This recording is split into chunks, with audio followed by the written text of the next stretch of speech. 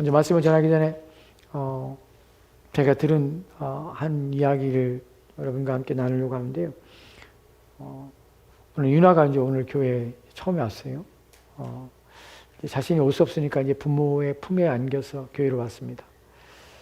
아이가 첫 이제 교회에 와서 지금 아무것도 모르는 상태이겠지만 하나님께서 어릴 때에도 또한 사람의 마음을 감동하시고 역사하시며 또한 우리가 알다시피 성령께서는 세례 요한이 뱃속에 있을 때도 성령께서 그를 감동하시고 하셨던 것처럼 어린아이에도 하나님께서 하나님의 영이 또 임하시고 또 은혜를 주시고 또한 지혜롭게 자라게 하시고 하시는 일이 있습니다. 보면서 드는 생각이 어느 권사님이 그러시더라고요. 모든 예배에 한 번도 빠짐없이 매주마다 모든 모임과 모든 일에 열심히 참석하는 권사님인데 목사님 물었대요. 권사님 이렇게 열심을 내줘 감사합니다. 이렇게 모든 모임에 참석하시고 열심을 내시니까 너무나 기쁩니다. 하고 이제 말씀을 드렸더니 권사님이 그러시더래요. 목사님, 내가 생각할 때에 내 인생의 어느 날이 되면 언젠가는 내가 이제 더 이상 내 발로 교회를 못 오게 되는 날이 올까 봐. 그 날이 오기 전에 내가 더 이상 교회를 가고 싶어도 내 믿음의 형제들과 함께 예배를 드리고 싶어도 내가 더 이상 내 육체의 연약함 때문에 내 몸이 쇠해서 더 이상 내 발로 교회를 찾아올 수 없을 때 그때가 이르기 전에 한 번이라도 더 내 발로 교회를 와서 내 발로 예배당에서 함께 믿음의 형제들과 함께 예배를 드릴 수 있는 이 기쁨을 내가 더 나이 먹기 전에 내가 그것을 계속 가져야 되지 않겠습니까? 나는 그래서 예배당에 매일 옵니다. 그래서 모든 모임에 참석하려 합니다. 언젠가 우리가 늙게 되고 쇠약해 돼서 우리가 병상에 누워 더 이상 예배당에 함께 나와 예배를 드릴 수 없는 날이 옵니다. 그때가 이르기 전에 예배에 대한 사모함들 우리가 드릴 수 있는 이 날, 우리가 하나님 앞에 나와 예배할 수 있는 이 날, 온 힘을 다하여 하나님께 나와 예배하는 것이 얼마나 복된 일인지 우리가 병상에 누웠을 때 그때야 이해하게 될 것입니다. 그렇기 때문에 오늘 여러분과 함께 예배 드리는 것은 복된 것입니다. 또한 감사한 것입니다. 오늘 우리가 이 말씀을 통하여 살펴보고자 하는 것은 하나님이 누구신가, 하나님이 어떤 분이신가 하는 부분에서 또한 말씀을 여러분에게 전하려 합니다. 지금 제가 계속해서 이런 내용들을 여러분에게 말씀을 드리는 이유는 하나님에 대한 이해가 넓어지고 여러분이 깊어져야 여러분의 믿음이 굳건해지기 때문에 그래요. 여러분의 생각 속에 하나님에 대해 생각할 때 사람들은 자기 나름대로의 방식과 자기 나름대로의 사고의 틀에 갇혀서 하나님을 생각할 때가 많이 있습니다. 그래서 하나님에 대해서 어떤 때는 하나님의 능력에 대해서 제한을 가지고 생각하는 사람들이 있을 수 있고요. 어떤 사람은 장소에 관해서 하나님에 대해서 제한되게 생각하는 사람이 있습니다. 근데 우리 하나님은 그렇지 않아요. 또 어떤 일에 있어서 하나님께서 하실 수 있는 일과 하실 수 없는 일에 대해서 우리는 제한을 내 생각과 사고의 개념 속에서 하나님이 이해하기 때문에 그래서 하나님의 능력과 하나님의 힘에 대해서 의심하거나 또한 그것에 대해 하나님께 기대하지 못하며 바라지 못하는 경우들도 있습니다. 그러나 우리가 생각할 때 하나님은 전지전능하다는 사실을 이해하십시오. 그리고 하나님은 무소불위하다는 사실을 기억하십시오. 무소불위라는 것은 할 수 없는 일이 없다는 사실입니다. 또 하나님은 편재하시다는 사실 또한 여러분이 아셔야 합니다. 편재라는 것은 하나님께서 안에 계신 곳이 없다는 것이에요.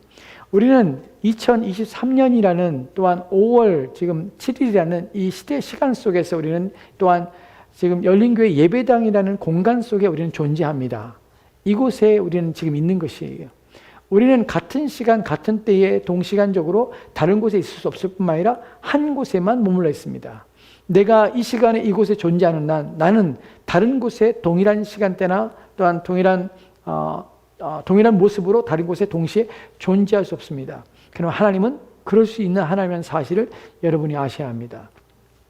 하나님은 어떤 것에도 제한을 받지 않는다는 것이 또한 하나님께서는 이런 능력의 하나님이시기 때문에 무엇을 우리가 기대할 수 있냐면 하나님은 우리가 2023년이라는 또한 미국이라는 나라 안에서 우리는 살고 있지만 하나님은 이 모든 역사의 주관자가 되시며 모든 역사를 세워가시며 그것이 비록 인류 가운데서는 인간의 역사요, 인간이 만들어내며 인간이 이루어낸 문명이요, 인간이 세워가는 것처럼 여기지만 사실은 하나님께서 나라들을 세우시고 하나님께서 나라들을 없애시며 또한 사라지게 하실 수 있는 하나님이라는 사실을 기억하시기 바랍니다.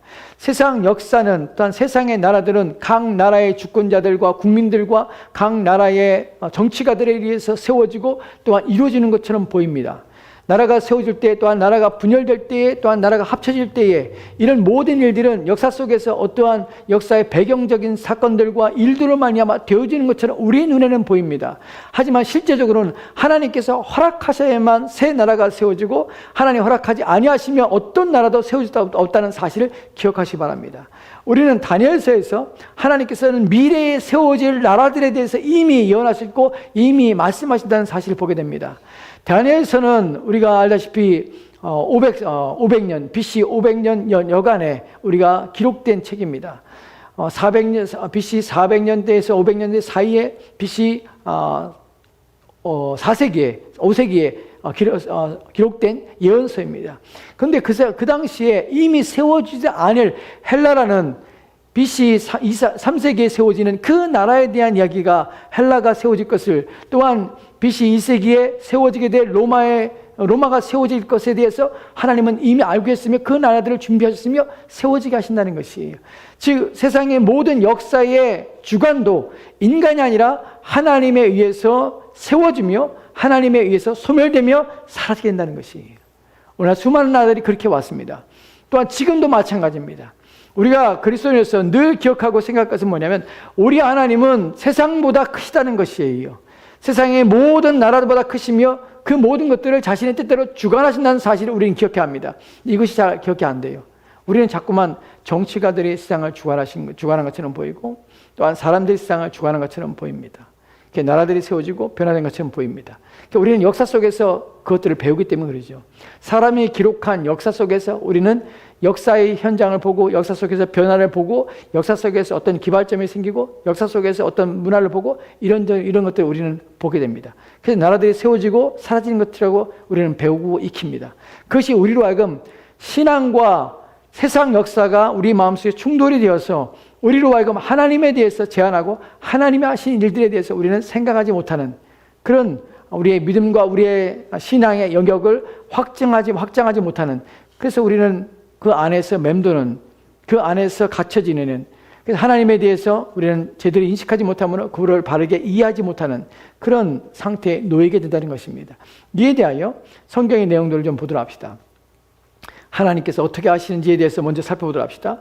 시편의 139편에 7절과 10절 말씀은 이렇게 기록됐습니다. 같이 읽도록 합시다. 시작. 내가 주의 신을 떠나 어디로 가며 주의 앞에서 어디로 피하리까? 내가 하늘에 올라갈지라도 거기 계시며 음부에 내 자리를 펼지라도 거기 계시나이다. 내가 새벽 날개를 치며 바다 끝에 가서 거할지라도 곧 거기서도 주의 손이 나를 인도하시며 주의 오른손이 나를 붙드시리이다. 아멘. 이 시편 기자가 표현하기를 이렇게 표현합니다. 내가 주의 신을 떠나서 어디로 가며, 하나님의 신을 떠나서, 하나님을 떠나서 내가 어디로 갈 수 있습니까? 라고 묻습니다. 주의 앞에서 내가 어디로 피하리까? 하나님이 계시지 않는 곳, 어디 숨을 곳이 어디 있겠습니까? 라고 묻습니다. 내가 하늘에 올라갈지라도 거기 계십니다. 내가 음부의 땅의 가장 깊은 곳에 간다 할 때도, 사망의 사람이 죽어서 가는 곳에 간다 할지라도 그 자리에 펼지라도 거기 계십니다. 내가 새벽 날개를 치며 바다 끝까지 가서, 시적인 표현이죠. 내가 새벽 날개가 있다면, 내가 날개가 있다면 날개를 치면서 바다 끝에 가서 거할지라도 거기서도 주의 손이 나를 인도하시며 주의 오른손이 나를 붙드시리다. 이 시편에서 시인이 말하고자 하는 핵심은 무엇이냐면 하나님은 안에 계신 곳이 없다는 사실이에요. 이것이 뭐라고 표현하면 하나님의 편재라고 합니다. 편재. 편재라는 것은 하나님께서 모든 곳에 모든 장소에 계시다는 사실이에요. 하나님은 장소에 제한되지 않고 모든 장소에 또한 모든 곳에 임재하여 계십니다. 이것을 하나님의 편재라고 합니다. 하나님의 편재를 생각할 때 우리가 주의할 것이 무엇이냐면 하나님이 모든 장소에 계시고 또한 하나님께서 모든 곳에 존재한다는 사실, 이 사실은 하나님께서 모든 장소에 계시고 모든 곳에 존재한다는 것이 하나님이 그 장소 안에 갇힌다는 의미는 아닙니다.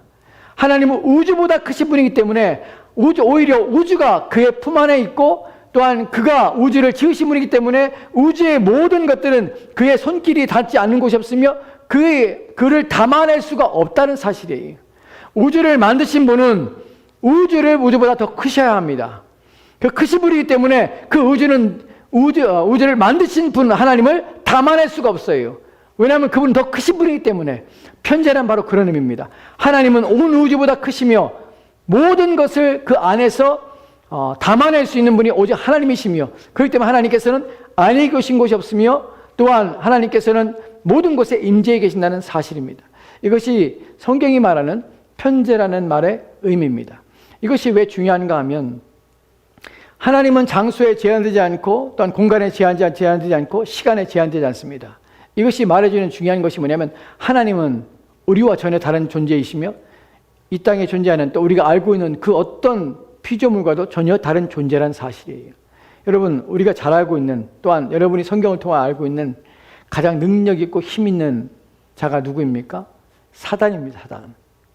우린 사단의 힘에 대해서 성경에 대해서 나중에 살펴보겠지만 사단의 강력한 힘, 하나님의 우리가 알다시피 그런 하나님의 천사장이었다가 타락하여서 타락한 천사들의 무리를 이끌고 이 땅에 내려와서 지금 왕노릇하고 있습니다. 공주의 권세를 잡고 있습니다. 그 사단조차도 할 수 없는 것이 무엇이냐면 모든 곳에 편재하지 못한다는 것이. 사단은 한 곳에만 존재합니다. 천사는 한 곳에 존재할 때 다른 곳에 동시에 존재할 수 없습니다. 왜냐하면 그들은 한 곳에만 존재할 수 있는 능력을, 편재하지 못한 능력을, 편재하는 능력을 가지지 못했기 때문에 그래요. 오직 영이시고 오직 모든 우주를 창조하시며 모든 우주보다 크신 하나님만이 모든 곳에 동시에 존재하며 또 임재할 수 있다는 사실입니다. 이것이 사단보다 하나님께서 더 크시다는 것이에요. 이 말의 의미는 무엇이냐면 우리가 믿는 분이 누구냐는 것이에요. 우리가 아버지라 섬기는 분이 누구냐는 것이에요. 내가 어느 곳에 있다 할지라도 그곳에 하나님이 계시지 않은 곳이 없다는 사실이에요. 하나님은 장소에 제한되지 않습니다. 또한 일에 제한되지 않습니다. 우리가 내가 내 영역, 삶의 영역에서만 하나님이 역사하신 것이 아니라 나와 상관없는 다른 사람의 삶의 영역에서도 역사하신다는 사실을 기억해야 합니다. 이 말은 무엇이냐면 내가 나의 일, 내게 속한 일들만 하나님께 구하는 것이 아니라 내게 속하지 않은 일 또한 하나님께 의탁하며 하나님께서 역사할 수 있다는 사실을 기억해야 하는 것이에요. 그래서 나는 내가 구하는 것들 중에서 내가 아닌 다른 일, 내가 통제할 수 없는, 내가 생각할 수 없는 다른 일조차도 하나님의 손과 하나님의 능력에 의해서 그 일들이 이루어지며 그 일들이 역사된다는 사실을 믿음으로 하나님께 우리의 모든 영역들을 위해서 하나님께 기도할 수 있는 것입니다. 기도의 능력이 얼마나 강력하냐면, 하나님이 얼마나 강력하시면 제가 지금 여기서 기도할 때에 하나님께서는 그 기도를 들으시고 지구의 반대편에 있는 사람을 모르는 사람을 위해서 기도할 때에 하나님께서는 나의 여기서 하는 기도를 들으시고 반대편에 살아가는 사람의 삶에 영향을 미치십니다. 왜냐하면 그분은 편재하신 분이기 때문에 그래요. 기도의 능력 중에 우리가 여기서 기도할 수 있는 것은 여러분이 여기서 이 자리에서 기도할 때에 한국에 계신 부모나 또한 멀리 떨어져 있는 자녀를 위해 기도할 때에 그 기도가 응답되고 그 기도가 역사할 수 있는 이유는 무엇입니까? 하나님이 그곳에도 계시기 때문에 그래요. 나만의 하나님이 아니라 그의 인생을 주장하시는 하나님이기 때문에 그래요. 우리가 겸손히 하나님 앞에 믿지 않는 우리의 가족이나 누구를 위해서 기도할 때에 믿고 기도할 수 있는 이유가 무엇입니까? 왜냐하면 그 하나님은 나가 있는 곳에만 계신 것이 아니라 내가 없는 그곳에도 그 사람의 그 사람의 가운데서도 하나님은 역사하시며 일할 수 있는 하나님이기 때문에 우리는 그 하나님을 믿기 때문에 기도하는 것입니다. 그러니까 우리가 우리의 가족을 위해 기도할 수 있는 것이에요. 멀리 떨어져 있는 사람을 위해 기도할 수 있는 것이에요. 왜냐하면 하나님은 그곳에도 계시기 때문에, 그 하나님 역사하기 때문에 그렇다는 사실입니다. 그런데 성경에 보면은 그렇지 않은 자들이 있습니다. 하나님에 대해서 제한적인 사고와 하나님에 대해서 하나님은 특별한 장소나 특별한 곳에만 존재한다고 여기는 사람이 있습니다. 열왕기상에 보면은 2장에 28절 말씀은 이렇게 됐습니다. 같이 읽도록 합시다. 시작. 그때 하나님의 사람이 이스라엘 왕에게 나와 말하여 이르되 여호와의 말씀에 아람 사람이 말하기를 여호와는 산의 신이요 골짜기의 신은 아니라 하는도다. 그러므로 내가 이 큰 군대를 다 내 손에 넘기리니 너희는 내가 여호와인 줄 알리라 하셨나이다 하리나. 아멘. 그때 하나님의 사람이 이스라엘 왕에게 와서 말합니다. 여호와의 말씀에 아람 사람을 너에게 붙여주리라. 내가 너를 도와서 이기게 하리라. 어떻게 해요? 왜 그렇습니까? 그들이 말하기를 여호와는 산의 신이요 골짜기의 신이 아니기 때문에 그 산에서만 힘을 발휘할 수 있는 신이기 때문에 우리가 그 신을, 산에 있는 신을, 우리 골짜기의 신을 섬기는 우리가 능히 이길 수 있다. 골짜기의 싸움은 이길 수 있다 라고 말하는 것이에요. 하나님에 대해서, 당시의 신에 대해서 그들은 어느 지역과 어느 장소와 또 어느 곳에만 신들이 존재한다고 여겼습니다. 거기서만 영향력을 행사한다고 여겼습니다. 우리 하나님은 어떤 하나님이에요? 그렇지 않다는 것이에요. 너희가 나를 산에만 존재하는, 그 산에만 존재하는 신으로 여기지만 나는 그렇지 않은 존재라는 것을 내가 너에게 보여주리라. 너희들이 말하는 골짜기 신이 아니라고 하는데 내가 내려가서 내가 너희를 멸하리라. 왜냐하면 여호와는 산에만 거하는 신이 아니기 때문이었습니다. 우리의 생각과 우리의 사고는 제한되지만 안 됩니다. 하나님에 대해서 무한한 신뢰를 가져야 합니다. 왜냐하면 하나님은 내가 할 수 없다고 여기는 것, 하나님께는 아무것도 아니기 때문에 그래요. 하나님은 나만의 하나님이 아닙니다. 무슨 말입니까? 내 안에만 나를 위해서 역사하신 분이 아니라 믿지 않는 자를 통하여서도 역사하시는 하나님이십니다. 하나님께서는 믿지 않는 바로에게 찾아가서 하나님께서는 그 밤에 바로를 두렵게 하시며 하나님께서는 경고하시며 진노하심으로 아브라함의 아내를 범하지 못하게 막으시는 하나님이십니다. 하나님께서는 이방인에게도, 하나님에 대해서 두려움 없는 자에게도 하나님께서는 그에게 생명과 또한 그의 모든 삶을 주장하시는 주권자이기 때문에 그를 통하여서 하나님께서는 일을 하시며 자기의 뜻을 성취하시며 또한 우리의 신자들의 기도와 신자들의 필요를 위해서 일하시는 분이라는 사실을 기억하시기 바랍니다. 그러니까 우리는 사실 우리의 신앙의 바운더리는 없습니다. 신앙의 제한적인 장소는 없습니다. 여러분의 직장이나 여러분의 사업처나 여러분의 일하는 곳이나 어느 곳이나 하나님께서는 그곳에도 계시며 그곳에서도 사람의 마음들을 감동하시며 역사하신 하나님이라는 사실이에요. 그 때문에 이러기 때문에 우리는 두려워하지 말아야 합니다. 하나님이 움직이시는 것이, 하나님이 하시면 가능합니다. 하나님이 일하시면, 하나님이 역사하시면 일이 되어지는 것입니다. 그렇기 때문에 우리는 그 믿음을 가져야 된다는 것이에요. 사실 성경에서 특이한 사람 하나가 있습니다. 하나님 믿지 않지만 하나님에 대해서 알고 하나님의 두려워하는 사람이 있었습니다. 그 사람은 역대하 36장에 보면 이렇게 기록되어 있는데 바로 고레스라는 사람입니다. 역대하 36장 32절 말씀 같이 들어갑시다. 시작.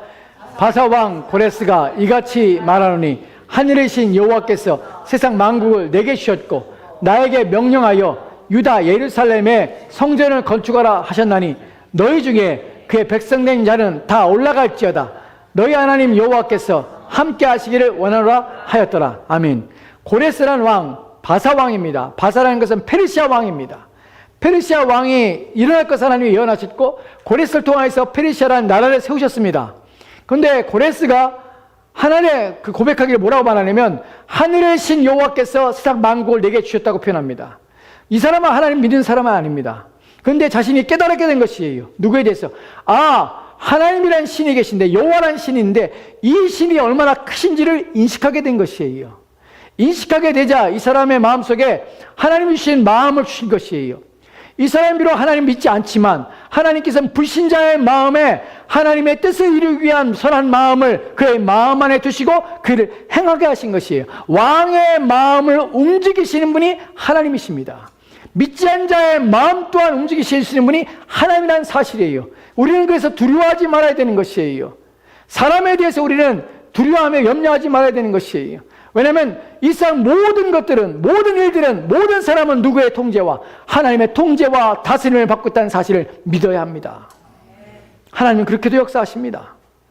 불신자의 사람의 마음에 감동함을 주시고 그의 눈을 여셔서 하늘의 하나님이라고 부르습니다. 여러분, 당시에 하늘의 하나님이라는 표현은 어떤 의미냐면 모든 세상의 하나님이라는 사실이에요. 이 고레스가 그것을 어떻게 하는지 모르겠어요. 이렇게 고백합니다. 야, 여호와란 신인데 누가 섬기냐면 이스라엘 너희들이 섬기는 그 신이 진짜 하나님이다. 진짜 신이다. 그래서 너희들 중에 그 하나님의 성전을 짓고 싶은 자는 다 돌아가. 포로된 자들에게 다 돌아가. 하나님께서 포로를 돌려보내도록 그의 마음.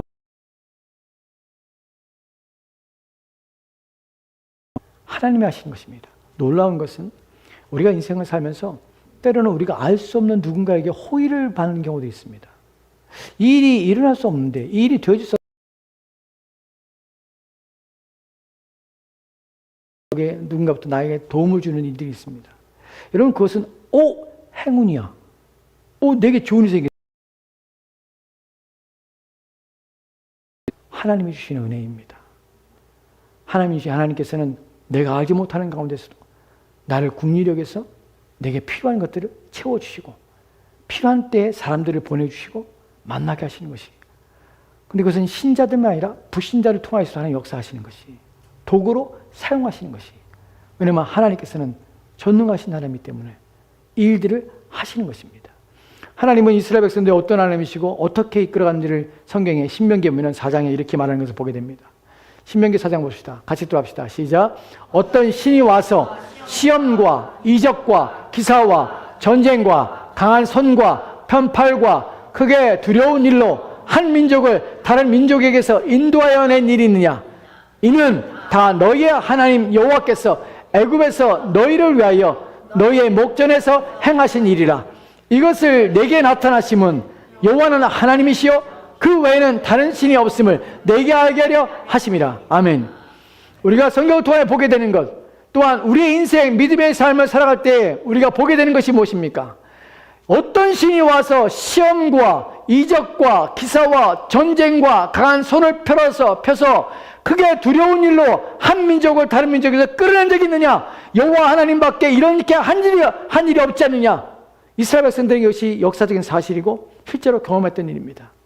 한 신이 찾아와서 네가 나를 잘 행복하게 하고 네가 나를 기쁘게 하면 내가 네가 원하는 것을 도와줄게. 라는 것이 세상 신들이 바라는 것입니다. 그런데 아무것도 드리지 않았는데 불구하고 찾아오셔서 내가 너의 힘이 되어줄게. 내가 너의 능력이 되어줄게. 내가 너를 도와줄게. 내가 너를 구원해 줄게. 내가 너에게 영원한 생명을 줄게. 이렇게 은혜를 베푸시고 너의 인생을 가장 가치 있게 너의 삶의 목적과 의미를 깨닫게 해줄게. 너로 하여금 가장 영광스럽게 할게. 이렇게 찾아오시는 신이 누가 있냐는 것이. 하나님이 그러시다는 것이. 우리 하나님은 놀라운 일로 말미암아서 이스라엘 백성들에게 구원을 베푸시고 자신이 누구신지를 드러낸 것이. 나타내심은 여호와는 하나님이시고 그 외에는 다른 신이 없음을 내게 알게 하려 함이라. 아멘. 여러분, 저와 여러분이 그리스도 안에서 산다는 것은 우리는 하나님의 도우심을 믿으며 삽니다. 하나님께서 우리 가운데 필요한 것들을 채우시고 또한 돌보시는 힘으로 삽니다. 그것은 나의 삶의 영역만이 아니라 나의 삶의 영역 밖에 있는 일 또한 하나님께서 역사하셔서 돌아가게 하시며 그분이 은혜로 채워주시는 것이에요. 그래서 우리는 이 모든 것들이 누구로부터 오냐면 하나님으로부터 온다는 사실을 인식하게 되는 것이에요.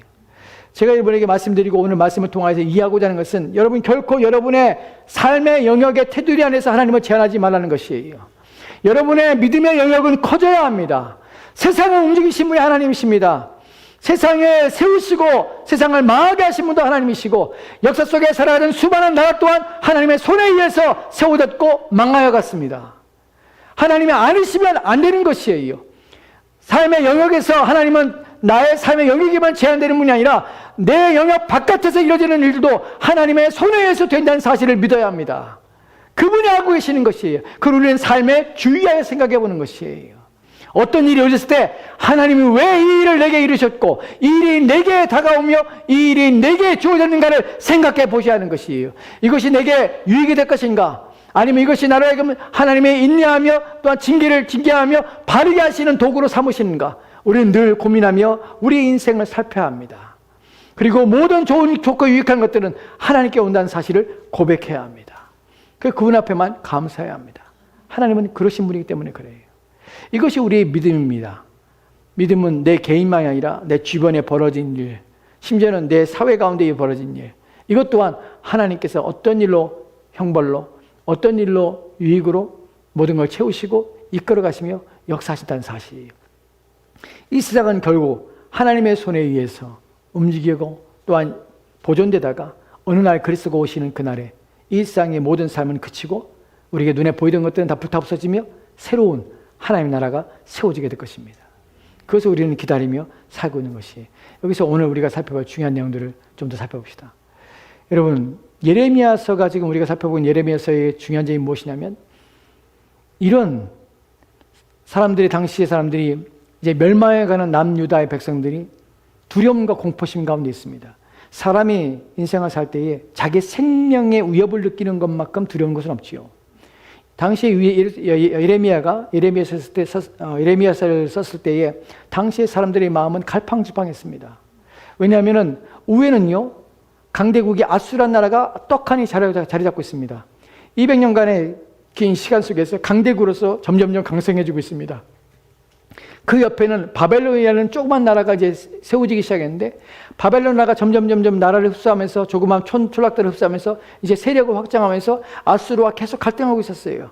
그래서 아수르는 이제 성장한 장년이라면 바벨론은 이제 청년기를 막 지난 그런 조그만 나라였습니다. 그런데 이 장년기에 이른 나라가 점점 늙어가며 쇠퇴의 기략을 좀 보이기 시작했습니다. 그래서 이 바벨론 나라가 점점 강성해서 이 아수르의 견제를 하면서 세력권을 행사하고 있는 것이, 그것만 아니라 또 아래에는, 남유다의 아래쪽에는 애굽이라는 전통적인 강호가 있습니다.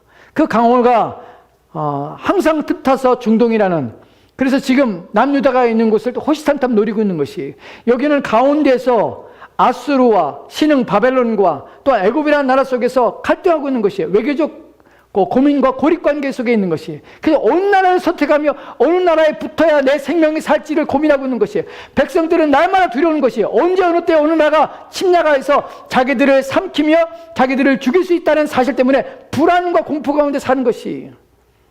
이때에 고민하고 있는 것이에요. 어떤 사람은 야, 그래도 아수르가 점점 커지고 있잖냐, 아수르를 섬겨야 돼, 아수르에게 조공을 보내자 하고 주장하는 사람이 있습니다.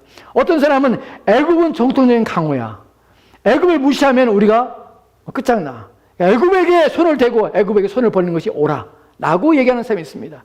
어떤 사람들은 야, 미래를 봐야 돼, 가만히 보니까, 정세를 보니까 아수르는 오랫동안 강대국이 있고 애굽도 강대국이 있지만 이제 신흥국인 바벨론이 강력해, 그곳의 왕인데 이놈이 대단한 놈이야, 크게 될 놈이야, 아마 이놈이 이 지역을 다 지배할 것 같아, 지금부터 바벨론에게 붙어서 우리가 바벨론에게 힘을 보태는 것이 훨씬 우리에게 유익이야 하고 갈라져서 싸우기 시작한 것이, 이 두려움 가운데 있는 것이, 공포 가운데 있는 것이, 이것이 무엇이 된 것이냐면, 그때 예레미야가 외친 것이 뭐냐면, 너희는 여호와께 마음을 두라는 것이, 사람을 의지하지 말라는 것이에요. 그래서 오늘 우리가 읽었던 말씀이 나오는 것입니다. 예레미야 17장 13절 말씀 다시 한번 읽도록 합시다. 천천히 다시 읽겠습니다. 시작. 이스라엘 소망이신 여호와여, 무릇 주를 바라는 자는 다 수치를 당할 것이라. 무릇 여호와를 떠나는 자는 흙에 기록되오리니 이는 생수의 근원이신 여호와를 버림이니라. 아멘. 무릇 주를 버리는 자는 다 수치를 당할 것이다. 지금 예레미야 이렇게 말합니다. 이스라엘의 소망이신 여호와여 라고 표현합니다. 여기서 소망이라는 단어는 하나님에 대한 소유로 하나님께서 소망의 하나님이라는 표현입니다. 근데 소망이라고 할 때 소망은 어떤 의미를 담고 있냐면, 일반적으로 기대하다 또는 의지하다라는 의미를 가지고 있습니다. 그런데 여기서 사용되는 소망이라는 단어는 다른 의미예요. 어떤 것이냐면 기대하다는 것이 아니라 기다리다는 의미예요.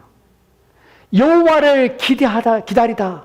여호와를 기다리라. 여호와는 기다리는 하나님이다. 우리가 기다리고 우리가 그분을 바라며 그분이 오시기를, 그분이 일하시기를 기다려야 될 하나님이라 라고 지금 말하는 것이에요. 그렇지 않고 무릇 주를 버리는 자는, 기다리지 않는 자는 수치를 당할 것이라. 왜 기다리지 못합니까? 두려운 것이에요. 매일매일이 두려운 것이에요. 매일매일 소문이 들려옵니다. 아수르가 침략을 위해서 공격한대, 애굽이 무기를 준비하고 있대, 바벨론이 호시탐탐 노리고 정탐꾼을 보냈대. 이런 마음 때문에 국민들의 마음에 편안할 날이 없는 것이에요. 그래서 누구를 기다리냐면, 여호와는 기다리는 하나님이기 때문에 기다리라. 너희가 다른 자들의 소문과 소리를 듣고 움직이지 말고 요동하지 말고 하나님을 기다리라 라고 말하는 것이에요. 그리고 너희 마음, 너희가 여호와를 버리는 자는 다 수치를 당할 것이라. 무릇 여호와를 떠나는 자는 흙에 기록되리라. 여호와를 떠나고 버리지 말라.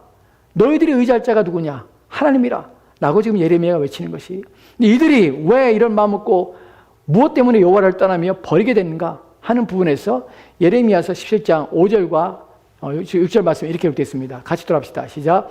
여호와께서 이와 같이 말씀하시니라. 무릇 사람을 믿으며 육신으로 그의 힘을 삼고 마음이 여호와께서 떠난 그 사람은 저주를 받을 것이라. 그는 사막의 떨기나무 같아서 좋은 일이 오는 것을 보지 못하고 광야 건조한 곳 건건한 땅 사람이 살지 않는 땅에 살리라. 아멘. 예레미야를 통해서 하나님께서 이렇게 말씀하십니다. 무릇 사람을 믿으며 육신으로 그의 힘을 삼고 마음이 여호와께 떠난 자, 마음이 하나님께 떠난다는 것은 무엇을 의미하냐면 나 하나님 안 믿어라는 말이 아니에요. 사람을 믿는 것이에요. 육신의 힘을 의지하는 것이에요. 이것이 바로 그 마음이 하나님을 떠난 것이에요. 다른 것이 아니에요. 나 이제 더 이상 하나님 안 믿어. 나 더 이상 이제 하나님 예배하지 않겠어. 라고 하잖아요.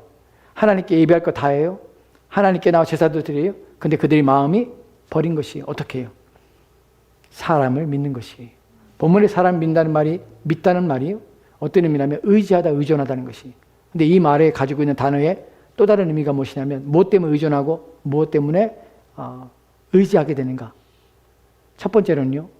이들이 행복을 의존하는 것이. 그리고 잘됨을 의존하는 것이. 기쁨을 의존하는 것이. 내 마음의 기쁨과 즐거움과 행복을 누구한테? 사람에게 의존하는 것이에요. 그 사람이 나를 잘되게 할 것이야. 나를 행복하게 만들 것이야. 나를 평안하게 만들 것이야. 라고 이 사람들이 생각하는 것이. 두 번째로 육신으로 그의 힘을 삼고란 말은 육신이 힘이 있는 어떤 자를 의지하는 것이. 그 사람이 그 힘으로 나를 도와줄 것이라고 생각하는 것이. 그 믿는 것이에요. 본문에서 좀 생각해 볼 것이 육신으로, 육신에 있는 그 힘이라는 표현을 쓰는데 힘이라는 말이 히브리어로 팔뚝입니다. 육신의 팔뚝을 의지하는 것이.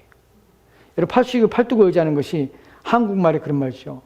팔뚝, 네 팔뚝 굵다. 무슨 말이에요? 사실 이 말이 칭찬은 아니죠. 조롱과 비아냥이잖아요. 네 팔뚝 굵다. 네 팔뚝 그러면 자기를 자랑하는 사람 앞에 그래 네 팔뚝 굵다. 지금 본문에서 말하는 것처럼 육신의 팔뚝, 그 힘을 의지하는 것이. 영어로서는 뭐라고 말합니까? 오케이, you are the boss. 이 말이 그래 너 잘났다. 우리는 본능적으로요.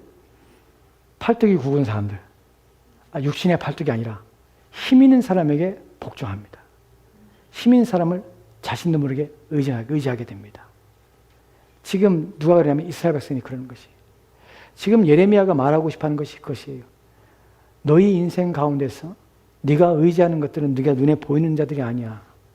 네가 관계를 맺고 있는 사람들이 절대로 너를 안 도와줘. 네가 도와주려고 믿고 있는 사람들, 내가 가지지 못한 것을 가지고 있어서 힘이 있다고 여기는 사람들, 네가 굴복하며 머리를 조아리는 사람들, 너에게 지시하며 명령하는 사람들, 그 사람들 때문에 네가 먹고 사는 것처럼 보이지. 그것이 너의 눈에는 현실일 거야. 그 상태에서 너희는 그래서 그 사람들을 바라보며 살 거야. 왜냐하면 눈에 보이고 피부로 느껴지는 것이 그 일이기 때문에. 근데 알아야 돼. 그 사람들의 힘이 결코 너희를 행복하지 못하게 해. 오히려 너희를 지배할 뿐이야. 오히려 너희들을 착취하고 그들의 요구와 그들의 욕구를 채우는 도구일 뿐이야. 사람이 너희들을 어떻게 하지 못해. 어느 누구도 너희의 인생과 너희 삶을 책임져 주지 않아. 그래서 그들을 믿는 것, 사람을 의지하는 것, 다 수치를 당할 것이야. 누구만? 하나님만이 의지자야. 왜냐하면 사람은 이 땅에 사는 동안에 자신의 인생을 살다 갑니다. 그리고 영원히 나를 지배하거나 영원히 나에게 만족을 주지 못합니다. 비록 내 상사가 나를 지배하고 나를 다스리는 것처럼 보지만 그 상사가 나를 먹여 살리는 것은 아니에요. 내 직장이 나를 먹여 살리는 것이 아니에요. 하나님이 그 직장을 통해서 나를 먹여 살리는 것이에요. 하나님이 그 상사가 나로 하여금 일하게 하고 고용하게 하는 방식으로서 하나님이 내 재능과 내 능력을 그 일에 합당하게 그 자리에 부르셔서 나를 먹여 살리는 방식으로 그 회사에 나를 보내신 것이에요. 우리는 이렇게 생각의 전환을 하지 않으면 우리 신앙은 세속적이 됩니다. 그래서 눈에 보이는 상사를 더 두려워해요. 눈에 보이는 힘 있는 자를 더 두려워해요. 이렇게 굴복해요. 비굴하게 살아요. 여러분 앞에 막대하라는 것이 아니에요. 우리는 위에 있는 사람들에게, 권세인 자들에게 성경에서는 복종하라 합니다. 복종하되 어떻게 해요? 그리스도께서 행하듯이 우리는 열심을 다해 우리의 책임과 의무를 다해야 됩니다. 그런데 더 중요한 것은 무엇이냐면 그렇게 하는 것은 내가 그리스도께 하는 것이지 그 사람을 위해서 하는 것은 아닙니다. 그 사람을 의지하며 그 사람이 내가 그렇게 순종할 때 그 사람이 내게 행복을 주고 만족을 보장해 주기 때문에 내가 그 일을 하는 것은 결코 아니라는 사실이에요.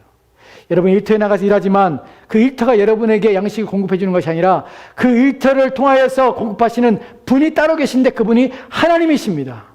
하나님이 여러분의 삶을 책임져 주시고 여러분의 삶의 필요를 채워주시고 여러분의 삶을 도움을 주시는 분이 하나님이십니다. 우리의 믿음을 눈을 열어야 되는 이유가 무엇이냐면 내 직장과 내 일터에서 일하는 모든 것들 다 누가? 하나님이 있게 하시기 때문에 있게 하는 것이에요. 어떤 면에서 우리는 이런 자신감을 가져야 됩니다. 어떤 자신감? 내가 일하는 것들, 내가 그렇게 하는 것들, 사실은 하나님이 그 직장을 주신 이유가, 세우신 이유가 나를 먹여 사는 방편으로 하나님이 세우신 거기 때문에 내가 없다면 하나님께서는 그 기업과 그 일을 하실 이유가 없죠. 오히려 어떤 면에서는 우리는 이런 마음을, 우리가 여러분이 자만심을 드리는 것이 아니라 하나님이 나를 통하여서 그 회사를 존재케 하시고 그 일이 존재케 하시는 것이 누구를 통하여서? 바로 믿음의 사람인 하나님의 사람들을 돌보시기 위해서. 우리는 이러한 믿음을 가져야 합니다. 하나님은 누구보다도 크시며 누구보다도 위에 계시며 누구의 지시를 받지 아니하시고 그분께서 모든 자를 지시하시며 모든 자들 책임지시며 모든 자들에게 주권자라는 사실을 기억하십시오. 이것이 우리의 믿음입니다. 그래서 우리 일터에 갈 때도 상사에게 복종하러 가는 것이 아니라 하나님이 주신 일터에 가는 것입니다. 그리고 그곳에서 만나는 모든 사람도 하나님이 내게 붙여준 사람들이고 그들을 통해서 하나님께서 내게 은혜를 베푸시고 도움을 주시라고 내게 허락하신 사람들이에요.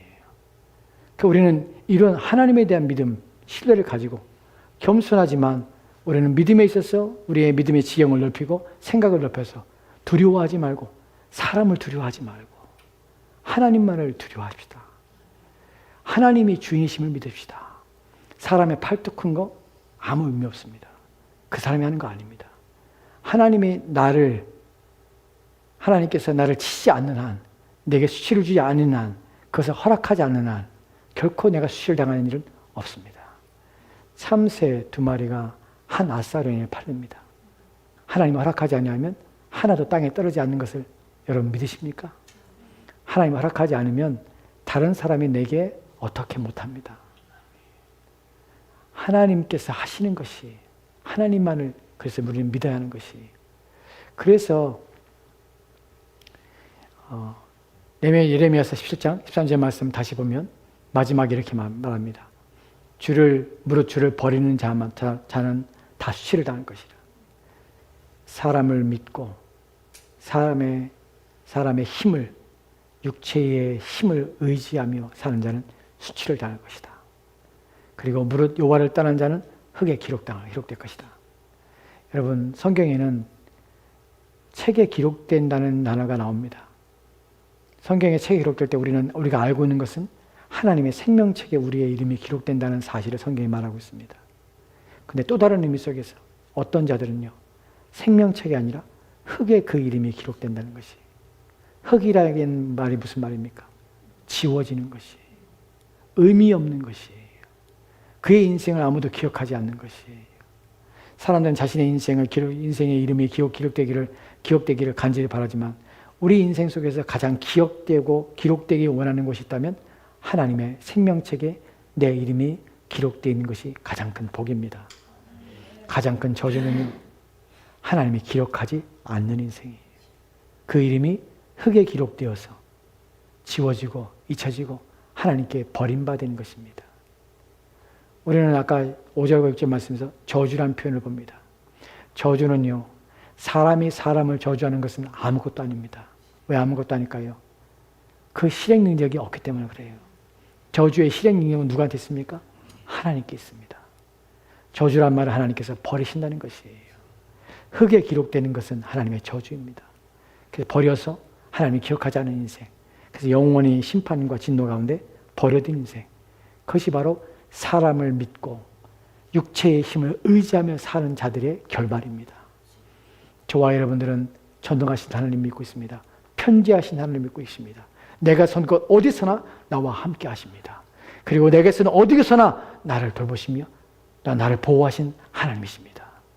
내가 선 어디서 온 것이나 어느 곳이나 모든 주변의 여건 또한 하나님이 조성하시고 하나님이 인도해 가실 것을 믿으십시오. 그분이 우리 하나님이십니다. 그분은 그렇게 크신 하나님이십니다. 그렇기 때문에 두려워하지 마시고 사람을 신뢰하지 마시고 하나님만을 신뢰하는 저와 여러분 되었으면 좋겠습니다. 기도합시다. 하나님 감사합니다. 오늘 말씀을 통하여서 우리는 눈에 보이는 육체적인 것들에 우리의 마음이 뺏기고 생각이 빼앗겨 우리는 사람을 믿으며 또한 육체의 힘을 의지하려는 성향과 또한 속성을 가지고 있습니다. 그러나 눈에 보이는 것들이 현혹되지 않게 도와주시고 눈에 보이지 않는 것들을 볼 수 있는 능력을 우리 가운데 주시옵소서. 하나님의 계심을 보게 하시고 하나님의 내 앞에 선 누구보다도 크시며 내 앞에 선 어떤 사람보다 강력하시며 내게선 어떤 앞에 선 어떤 사람의 권세보다도 더 큰 권세를 가지고 계신 분이기에 그분이 허락하지 아니하시면 아무것도 내게 일어날 수 없으며 그분이 허용하지 않는 한 내게 어떠한 위험이나 또한 위기도 찾아올 수 없음을 알게 도와주옵소서. 오직 주시는 것들은 그분이 허락할 때만 되어지는 것이며 주어지는 것이기에 그때는 또한 하나님의 뜻이 있으시고 하나님의 목적이 있게 우리 가운데 허용된다는 사실을 기억하게 도와주옵소서. 그래야만 우리는 늘 생명의 주인 되신 하나님만을 신뢰하고자 하나님을 버리지 아니하며 하나님을 떠나지 않는 믿음의 사람 되도록 주여 도와주시옵소서. 주께서 함께 원하며 예수 이름으로 기도합니다. 아멘.